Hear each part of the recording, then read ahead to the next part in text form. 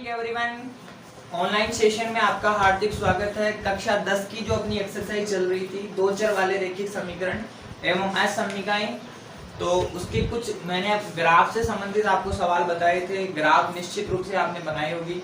बच्चों बड़ा सवाल आएगा 5 से 6 नंबर का बोर्ड की परीक्षा में, तो इसे हल्के में ना ले, ठीक है। थोड़ा प्रयास करें तो आप ग्राफ बनाना सीख जाओगे। मैं यहाँ पर कुछ सवालों की ओर चर्चा कर रहा हूँ, 2-4 सवाल और ले लेते हैं ताकि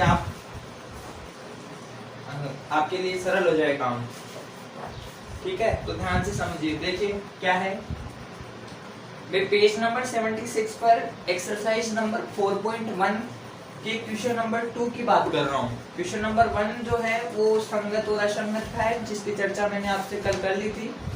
और अब मैं क्वेश्चन नंबर 2 की चर्चा कर रहा हूँ। क्वेश्चन नंबर 2 से संबंधित मैंने आपको सवाल बता दिए हैं। और अब हल क्या होगा, देखिए जिन विद्यार्थियों को समझ में नहीं आई है ग्राफी विधि, वो एक बार विशेष फोकस करें, ध्यान से देखिए।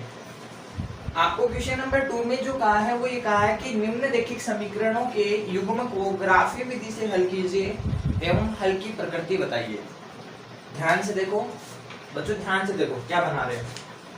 इक्वेशन जो अपने पास में है वो x + y = 3 है। वो सेकंड जो इक्वेशन है आपके पास में 3x - 2y = 4 है। ध्यान से देखिए, घबराने की आवश्यकता नहीं है, एकदम पॉजिटिव रहे। सवाल जो है वो है x + y = 3, जिसमें इक्वेशन फर्स्ट मैंने इसको आइडेंटिफाई किया है, इक्वेशन 2 ये हो गई। अब इसमें ये भी कहा है सवाल में कि इसकी प्रकृति क्या होगी। बच्चों संगत होगा या असंगत होगा, पहले तो वो पता करो। आप जब a1 अनुपात a2 फाइंड आउट करते हो तो मेरे हिसाब से वो बनेगा आपके पास में 1/3। बच्चों पता चल रहा है ना, यहाँ अक्ष का गुणांक इक्वेशन फर्स्ट में 1 है और इक्वेशन 2 में अक्ष का गुणांक 3 है, तो 1/3। और यहाँ पर आप जब b1 अनुपात b2 निकालते हो तो आपके पास में आता है y का गुणांक यहाँ पर बच्चों 1 है और यहाँ पर सेकंड इक्वेशन में y का गुणांक -2 है। और जब आप c1 अनुपात c2 निकाल रहे हो तो डायरेक्टली आपके पास में 3/4 आ गया। इसका मतलब क्या हो गया बच्चों, ये a1 अनुपात a2 है ना, ये b1 अनुपात b2 के बराबर नहीं है और b1 अनुपात b2 does not equal to c1 अनुपात c2। और इस कंडीशन को क्या बोला था आपने, हाँ प्रतिच्छेदी। ये रेखाएं प्रतिच्छेदी होगी बच्चों, निश्चित रूप से इनका अद्वितीय हल होगा और ये संगत है। ओके, तो नेचर की चर्चा अपन ने कर ली भाई, इसकी प्रकृति क्या होगी तो आप आसानी से देख सकते हो। मेन जो अपना मुद्दा है ना सवाल का, वो ये है कि इसकी ग्राफ क्या बनेगी, उसमें ग्राफ की चर्चा कर रहा हूँ। ध्यान से देखें, इक्वेशन फर्स्ट x + y = 3। और जब मैंने यहाँ से x की वैल्यू फाइंड आउट करी तो मेरे पास में x = 3 - y सीधी आ गई। ओके, कोई भी कॉम्प्लिकेटेड नहीं है बच्चों, ध्यान से देखो। और अब मैंने यहाँ पर बॉक्स बना लिए हैं, जिसके कारण अब सवाल मेरे लिए आसान हो गया। मैंने बच्चों y की वैल्यू 0 रख दी, x की सीधी 3 आ गई। y की वैल्यू मैंने 2 रख दी, x की वैल्यू 1 आ गई। y की वैल्यू बच्चों मैंने रख दी यहाँ पर 2 रख दी, y की वैल्यू यहाँ पर 3 रख देते हैं, हाँ 3 रख देते हैं बच्चों, तो 0 आ जाएगी बच्चों। 0 बच्चों y की वैल्यू यहाँ 0 रखी तो 3 में से 0 गया तो 3 मिला। y की वैल्यू बच्चों 2 रखी तो 3 में से 2 गया तो 1 मिला। y की वैल्यू बच्चों 3 रखी तो यहाँ पर 0 हो गया, 3 में से 3 गया तो बच्चों 0 बच जाएगा। और देख लीजिए बच्चों, माइनस में भी बना लो, y की वैल्यू बच्चों 4 रख लो तो -1 आ जाएगा। ओके, जोड़ बाकी गुणा भाग तो आते होंगे आपको। चलो बढ़ते हैं आगे। ये तो इक्वेशन फर्स्ट थी, मैं चर्चा कर रहा हूँ इक्वेशन सेकंड की। इक्वेशन सेकंड में क्या होगा, इसी तरीके से जब मैं व्यवस्थित करूंगा इक्वेशन सेकंड को। इक्वेशन सेकंड मेरे पास में 3x - 2y = 4, तो 3x = मेरे पास में 4 + 2y हो गया। बच्चों ये यहाँ पर नेगेटिव है, इधर ट्रांसफर करूंगा तो ये 4 + 2y हो जाएगा। और जब मैंने x को अकेला बनाया तो ये 4 + 2y/3 हो गया। ओके, अब आप आसानी से इस सवाल की भी बॉक्स बना लीजिए, इस समीकरण के भी क्या बॉक्स बनेगी वो भी देख लीजिए। तो y की वैल्यू रख दीजिए। बच्चों आपने y की वैल्यू 1 रखी, बच्चों 3 आया, 2 आया होगा। आपने y की वैल्यू बच्चों यहाँ पर 1 रखते ही आपके पास में 2 आया। एक बार यहाँ पर y की वैल्यू भी बच्चों यहाँ पर भी 1 रख करके देख लीजिए। y अक्ष बराबर y में 1 रखा तो यहाँ पर भी 2 आ जाएगा, इक्वेशन फर्स्ट में भी। इसका मतलब सीधा सीधा हो गया कि अक्ष में भी अपने पास में इस इक्वेशन में भी 2 और 1 है, इसमें भी 2 और 1 मिल जाएगा। अब देखिए y की वैल्यू आपने बच्चों रख दी -2, बच्चों 0 हो गया ना। 2 को -2 से मल्टीप्लाई किया बच्चों -4 और 4 में से 4 गया 0 और 0 को 3 से डिवाइड कर दिया तो यहाँ 0 आ जाएगा। आगे बढ़ते हैं, देखिए ध्यान से देखिए। अब यहाँ पर आपने y की वैल्यू बच्चों रख ली, मान लीजिए आपने y की वैल्यू यहाँ पर पुट कर लीजिए, अपने बेस पर कुछ भी लिख दीजिए। 3 लिखो तो 10 होगा बच्चों, 10 3 से डिवाइड नहीं होगा 10 कंप्लीटली। तो हाँ बच्चों आइडिया तो अच्छा है। मैं यहाँ पर 4 रख के देख रहा हूँ बच्चों, तो 4 2 जा 8 हो गए और 8 में 4 8 होते ही 12 है और 12 निश्चित रूप से यहाँ से 3 से डिवाइड हो रहा है 4 टाइम। ओके, अब बच्चों ग्राफ बना लीजिए। ओके बच्चों 6 नंबर दिला रहा हूँ, सीधे सीधे फोकस करो। ये लीजिए, यहाँ पर आप पैमाना लिख दीजिए आपने क्या क्या लिया है पैमाने पर।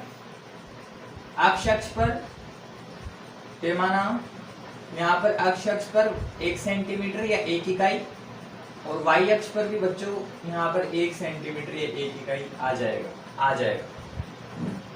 बच्चों यहाँ पर ये आपके पास में ओरिजिन है, मूल बिंदु, और इसके इस तरफ अक्ष पर पॉजिटिव 1 2 3 4 5 6 7 8 9 और 10 अक्ष डैश -1 -2 -3 -4 -5 पॉजिटिव 1 2 3 4 5 6 -1 -2 -3 -4 -5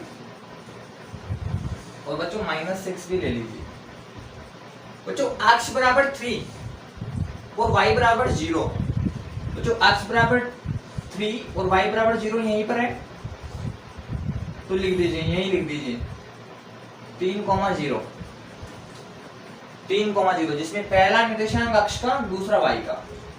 ओके जी, आगे बढ़ते हैं।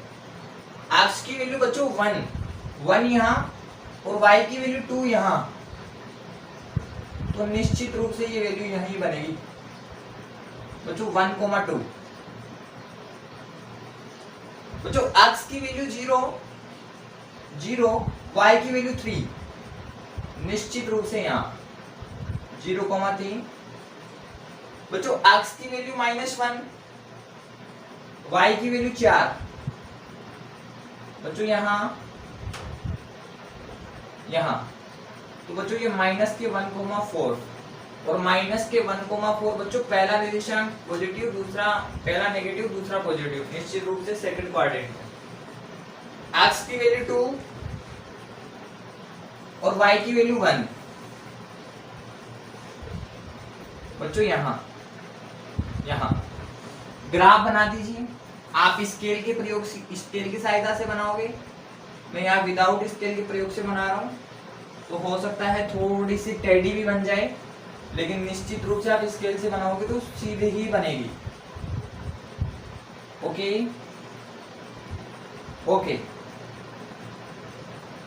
और ये आपके पास में जो ग्राफ बनी है जिस समीकरण की, उस समीकरण का नाम है x + y = 3। ओके स्टूडेंट्स, आगे बढ़ते हैं, ध्यान से देखिए। इसी प्रकार यहाँ पर x की वैल्यू 2 और y की वैल्यू 1, बच्चों ये तो सीधा सीधा यही हो गया, और x की वैल्यू 0 और y की वैल्यू -2, बच्चों यहाँ 0, -2। बच्चों x की वैल्यू 4, हाँ 4 ये रही, और y की वैल्यू 4।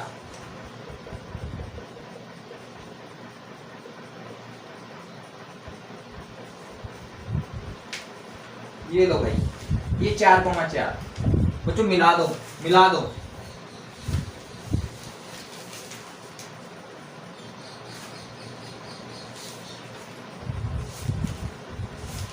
बच्चों जहां पर प्रतिच्छेद कर रही है यही उसका हल है। दो, ये 1,2 सॉरी 2,1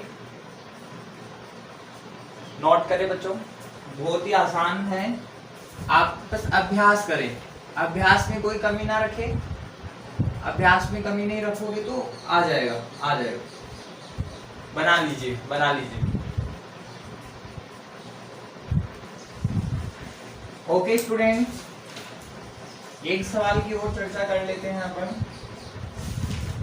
अभी भी जिन विद्यार्थियों को समझ में नहीं आया है वो एक बार ध्यान से देखें, ध्यान से देखें। मैं सवाल लिख रहा हूं 2x minus 5y plus 4 equals to 0 और सेकेंड इक्वेशन जो है मेरे पास में 2x plus y minus 8 equals to 0। बच्चों पहले ये तो देख लो एक बार, ये संगत है या असंगत, उसके बाद में सवाल को आगे बढ़ाएंगे। यहाँ से 2/2 1 आ रहा है, यहाँ से 5 माइनस के 5/1 ये इसके इक्वल नहीं है, यहाँ से माइनस के 1/2, तो निश्चित रूप से बच्चों प्रतिच्छेदी है, तो इसका अद्वितीय हल होगा, बताने की जरूरत नहीं है अलग से, आप समझदार हो। ये इक्वेशन फर्स्ट और ये इक्वेशन सेकंड। बच्चों जोर इसलिए दे रहा हूं मैं इस एक्सरसाइज पर क्योंकि सवाल बड़ा आने वाला है और जिन विद्यार्थियों को पासिंग मार्क्स चाहिए वो एक बार इस पर ध्यान से देख ले तो आराम से पास हो सकते हैं। फोकस करें, ध्यान से देखें, तरीका सवाल का एक ही है, सभी सवालों को एक ही तरीके से करना है ग्राफ की विधि वालों को। देखिए इक्वेशन फर्स्ट को देखते हैं अपन, इक्वेशन फर्स्ट से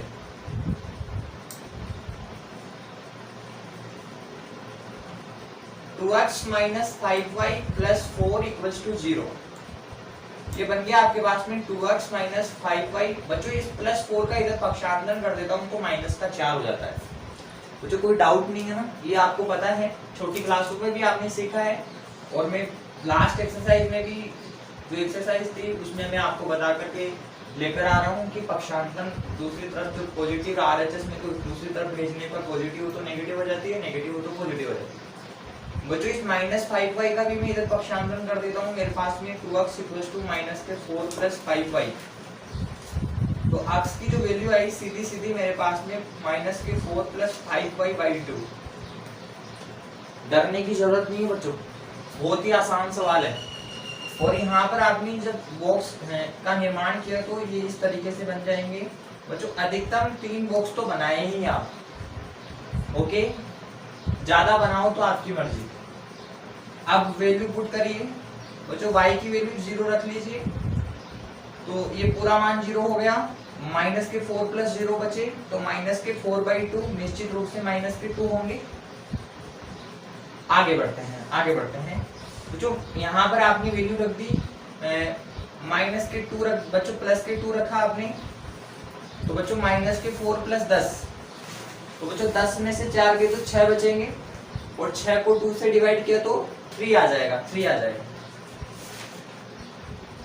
बच्चों। और वैल्यू पुट करिए आप, और देखिए y की वैल्यू रख लीजिए बच्चों, यहाँ पर आपने रख दिया माइनस के 2 रख दीजिए तो बच्चों माइनस के 4 और माइनस के 10 ऐड होने पर माइनस के 14 और माइनस के 14 को आपने डिवाइड कर दिया 2 से तो माइनस के 7।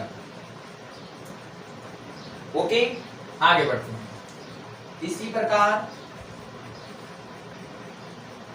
प्रकार 2x plus y minus 8 equals to 0, तो 2x plus y equals to plus का 8, तो 2x equals to 8 minus y और x की जो वैल्यू आएगी आपके पास में वो आएगी 8 माइनस y/2।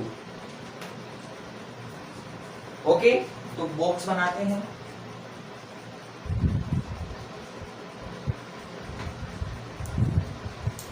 ये x और ये y।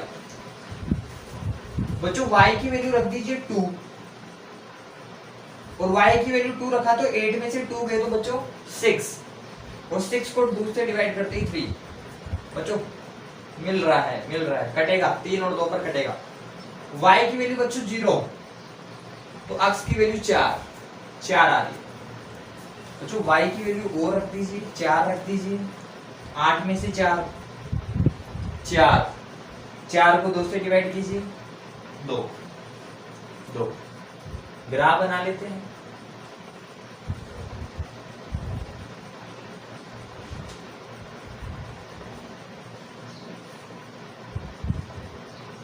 हाँ जी देखिए, ये ओरिजिन मूल बिंदु 1 2 3 4 5 6 7 8 9, ये बच्चों मूल बिंदु, इसके तरफ पॉजिटिव 2 3 4 5 6 7 8 9, -1 -2 -3 -4, पॉजिटिव 1 2 3 4 5 6 और 7, -1 -2 -3 -4 -5 -6 और ये -7।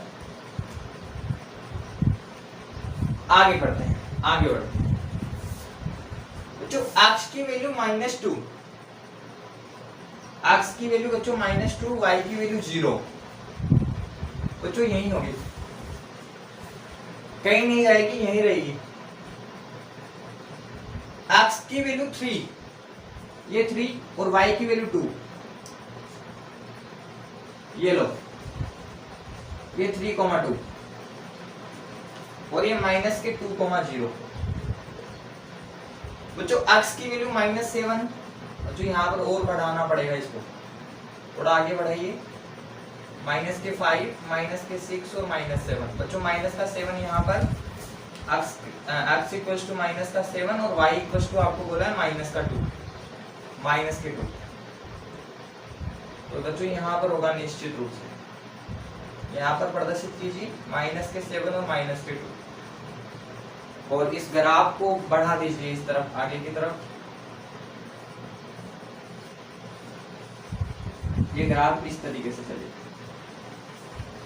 ओके, और समीकरण जो अपने पास में वो है 2x - 5y + 4 = 0। इसी प्रकार x की वैल्यू 3 और y की वैल्यू 2 बच्चों, यहीं पर आइए, x की वैल्यू 4, y की वैल्यू 0, यहाँ पर 4,0 यहाँ, x की वैल्यू 2, y की वैल्यू 4, ये यहाँ पर आपके पास में 2,4 बच्चों, मिला दीजिए, मिला दीजिए, जहां काटती है वहीं पर इसका हल है बच्चों। आप स्केल से बनाओगे, स्केल का प्रयोग करोगे आप, विदाउट स्केल आप ग्राफ का निर्माण नहीं करोगे, अन्यथा गलत हो सकता है। ओके, अब ये इक्वेशन आपके पास में बनी है 2x + y - 8 = 0 बच्चों। पैमाना पहले लिखना था, अपन पैमाना लिखा नहीं है, भूल गए तो आप एक बार यहाँ पर लिख दीजिए। पैमाना आप जो भी ले रहे हैं वो लिखे जरूर। x अक्ष पर आपने 1 इकाई लिया है और y अक्ष पर भी 1 इकाई। इस तरीके से बच्चों ग्राफ बनेगी, नोट करिए। अब एक सवाल और है बुक में, एस समीकरणों का हल क्षेत्र, वो किस तरीके से निरूपण करेंगे अपन, उसकी भी चर्चा करता हूं, नोट करिए। ओके स्टूडेंट्स, अब जो अपनी चर्चा का विषय होगा, जिस टॉपिक पर अपन डिस्कशन करेंगे, वो है अपने पास में असमीकरणों का हल क्षेत्र। बच्चों असमीका होती क्या है, पहले तुम्हें आपको वो क्लियर करना जरूरी है। ओके, उसका फाउंडेशन क्या है वो जानना बहुत जरूरी है अपन को। असमीका होती क्या है, अभी असमीका नहीं बच्चों, पहले अपन अचर राशि की बात करते हैं। जैसे मैंने लिखा 6 is greater than 2, 6 जो है वो 2 से बड़ा है, आपको पता है ये बात, हाँ। और 6 is less than 8, और 6 जो है वो 8 से छोटा है। ओके, ये दोनों चिन्ह यहाँ पर एक ग्रेटर देन का है, एक लेस देन का है। ऐसा भी तो हो सकता है कि 6 इज, मान लो कोई संख्या है आपके पास में, x is greater than equals to 6 आ गया, मान x यहाँ पर आपके पास में कोई भी नेचुरल नंबर हो सकता है, तो यहाँ पर जो मान बनेगा वो या तो बड़ा भी हो सकता है, ये उसके इक्वल भी हो सकता है। ये चिन्ह बराबर या ग्रेटर देन या इक्वल को प्रदर्शित करता है। तो जब किसी चर राशि को आप इस चिन्ह के हिसाब से व्यक्त करते हो तो वो राशि आपके पास में असमीका बन जाती है, उसी को असमीका बोलते हैं। ओके, और उस असमीकाएं बच्चों एक चर वाली भी हो सकती है और दो चर वाली भी हो सकती है। ओके, तो ये ध्यान में रखिए। मान लो आपके पास में ax plus B is greater than 0, तो आपको इसका हल क्षेत्र किस तरीके से बनाना होगा, x is greater than equal to y, तो इनका हल क्षेत्र क्या होगा। ओके, इसकी अपन चर्चा करने वाले हैं, तो आप अपनी चर्चा का विषय यही रहेगा, तो ध्यान से देखें। ओके, और समझने का प्रयास करें।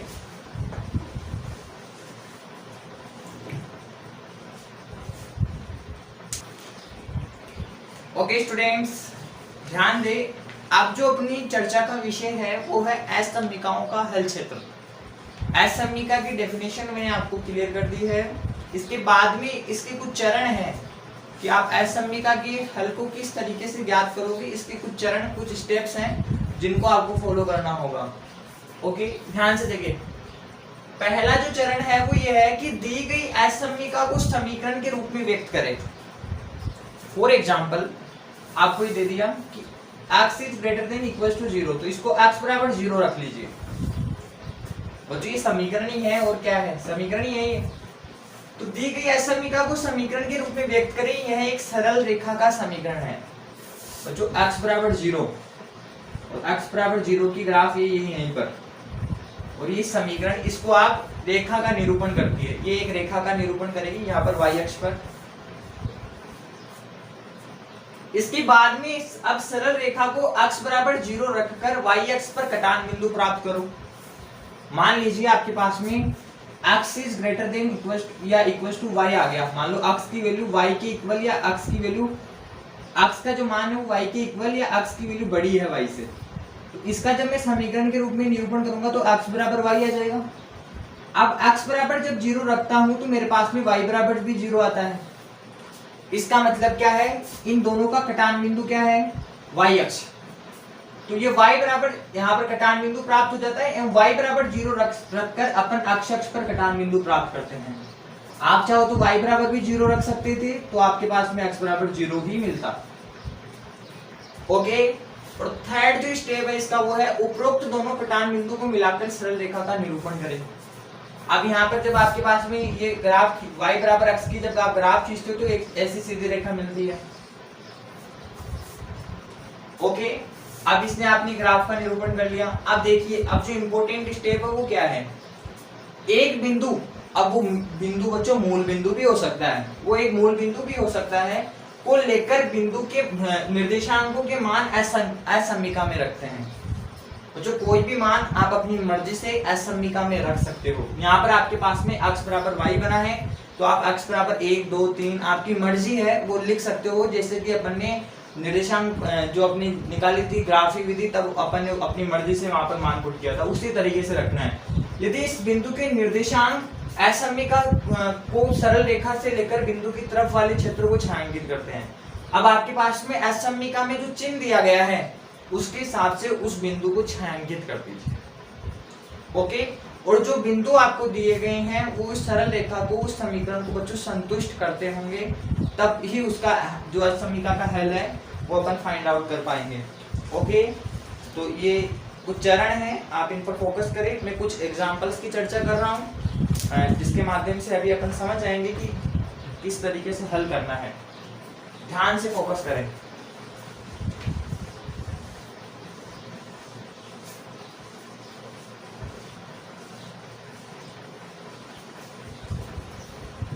सवाल जो है वो है निम्न असमीकाओं को आलेखीय विधि से हल कीजिए।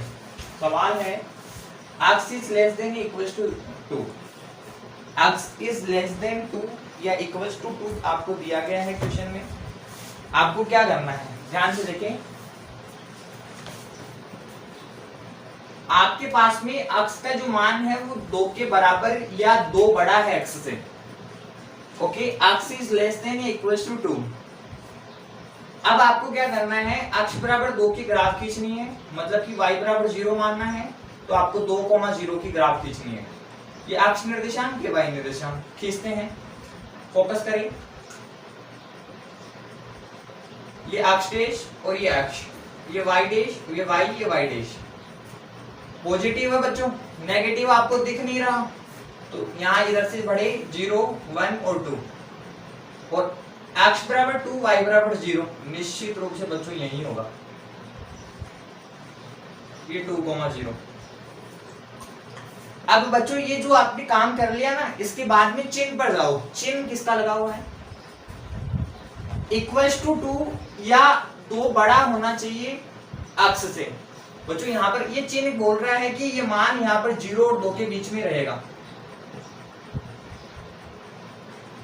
अक्ष का मान 2 से बड़ा होना चाहिए या इक्वल्स टू होना चाहिए, तो ये यहीं पर रहेगा। तो यही इसका हल क्षेत्र है ना बच्चों, बहुत आसान है।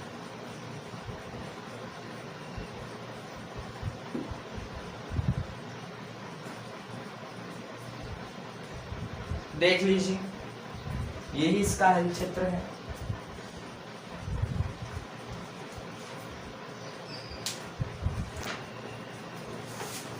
ओके स्टूडेंट्स, नेक्स्ट जो सवाल है इसी का है असमीका के हल क्षेत्र का। तो ध्यान से देखिए किस तरीके से अपन व्यवस्थित रूप से उसके हल क्षेत्र को प्रदर्शित करेंगे। इक्वेशन असमीका आपको दी गई है 2x minus y is greater than equals to 1। हाँ जी, देखिए कैसे करेंगे हल। 2x minus y is greater than equals to 1। बच्चों पहले तो इसको समीकरण के रूप में व्यवस्थित कीजिए, 2x minus Y equals to 1। बच्चों इसकी ग्राफ बनाइए, ग्राफ बनाओगे तो 2x इक्वल्स टू आपके पास में 1 plus y, x equals to 1 plus y by 2। ऐसा ही होगा ना, होगा कि नहीं होगा? बच्चों x और ये y, आपने y की वैल्यू बच्चों -1 रखी, 0 आ गया बच्चों, 1 रखते ही 1 आ गया बच्चों, 3 रखते ही बच्चों 2 आ गया। आया कि नहीं? आ गया। बच्चों अब इसकी ग्राफ बनाइए, किस तरीके से ग्राफ बनेगी। बच्चों मैं अभी चिन्ह की चर्चा नहीं कर रहा हूं, चिन्ह की चर्चा बाद में करेंगे, पहले ग्राफ। y डैश अक्ष डैश अक्ष, ओरिजिन 1 2 3 4 5, 1 2 3 4 5, 1 2 3 4, -1 -2 -3 -4, इधर -1 -2 -3 -4। बच्चों x बराबर 0, y बराबर -1। बच्चों यहाँ पर होगा ना 0, -1, x बराबर 1, y बराबर 1। बच्चों यहाँ पर 1,1। बच्चों x बराबर 2, y बराबर 3। बच्चों यहाँ, बच्चों ग्राफ ऐसे जा रही है, ऐसे दिख रही है ना आपको, ऐसे। अब चर्चा करते हैं चिन्ह की, कि चिन्ह क्या बोल रहा है। चिन्ह बोल रहा है कि इसका मान 2x माइनस वाई का मान बच्चों बड़ा होना चाहिए 1 के, या बच्चों 1 यहाँ पर है ना, और इसका मान बड़ा होना चाहिए या ये इक्वल रहना चाहिए यहाँ पर। तो बच्चों बड़ा इधर जाऊंगा तो मैं बच्चों नेगेटिव हो जाएगा, और नेगेटिव मान 1 से छोटा होता है। तो बच्चों ये हल क्षेत्र जो होगा ना, ये इधर ही रह जाएगा, इधर वाले पार्ट को आप छाएंगे। लो भाई, ये लो एक्सरसाइज नंबर 4.2 इसी से रिलेटेड है। ओके स्टूडेंट्स, आज की क्लास में सिर्फ इतना ही। अगर आपके फिर भी इस एक्सरसाइज में कोई समस्या रह जाती है तो आप निश्चित रूप से हमें बताएं। परीक्षाएं नजदीक हैं, किसी भी एक्सरसाइज में, किसी भी तरीके के सवाल में अगर आपको कोई समस्या है तो निश्चित रूप से होकर निश्चिंत होकर के आप कमेंट बॉक्स में वो समस्या डालिए। हमारा आप परम कर्तव्य है आपको वो जो सवाल आपको नहीं आया वो हमें जरूर आपको बताएंगे। और ज़्यादा से ज़्यादा इसे शेयर करें। अगर आपने चैनल को अभी तक सब्सक्राइब नहीं किया है, नए हैं हमारे चैनल पर, तो चैनल को जरूर सब्सक्राइब करें। ओके, धन्यवाद, थैंक यू फॉर वॉचिंग।